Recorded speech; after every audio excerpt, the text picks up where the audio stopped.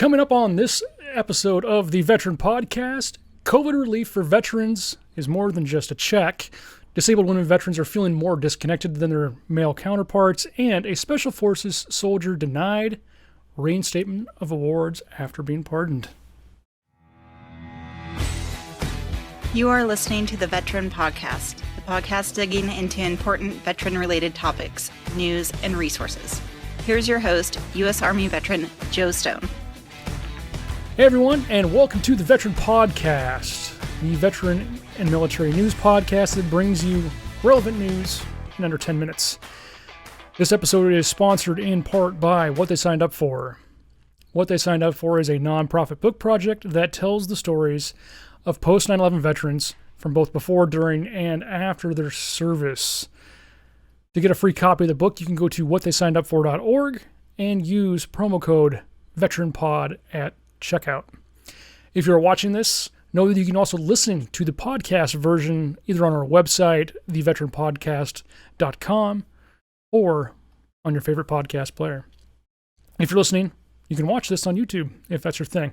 And don't forget to follow or subscribe wherever you're watching or listening. And please, leave a review. Now, for the news.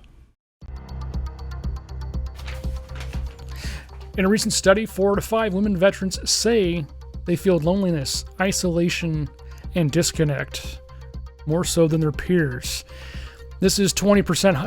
This stat is actually 20% higher when compared to males. The survey was conducted with a group of 4,900 women involved with the Wounded Warrior Project.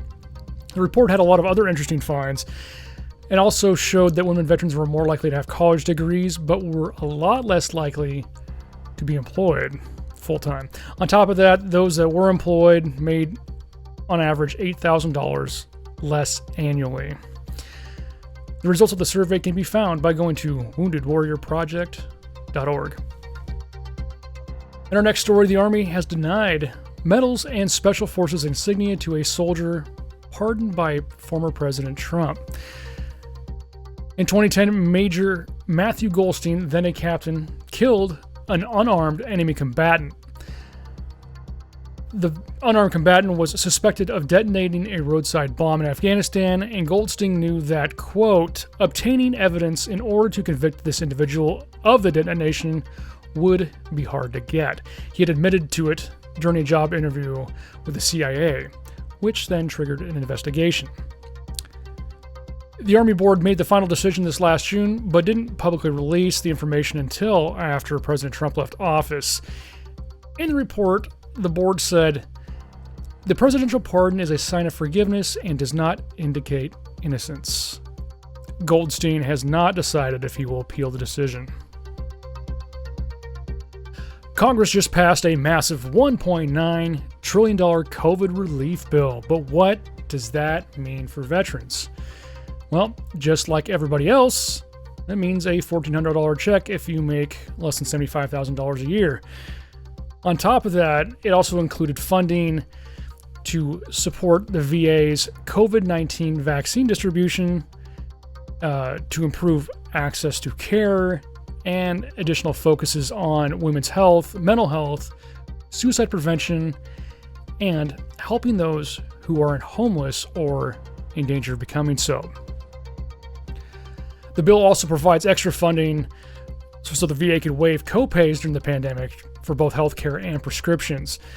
And for those who are unemployed and have no other educational benefits, the VA now offers up to 12 months of rapid retraining assistance and housing allowance.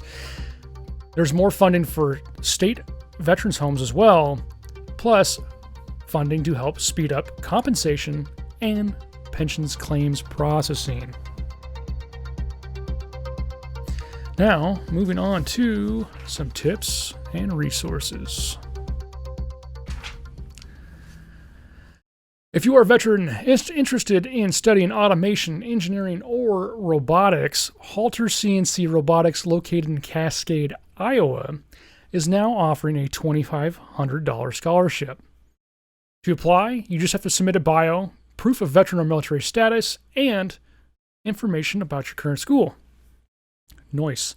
You can go to haltercncautomation.com for more information. I will provide a link in the episode description. Now, also here, next little tip for veterans with hearing loss.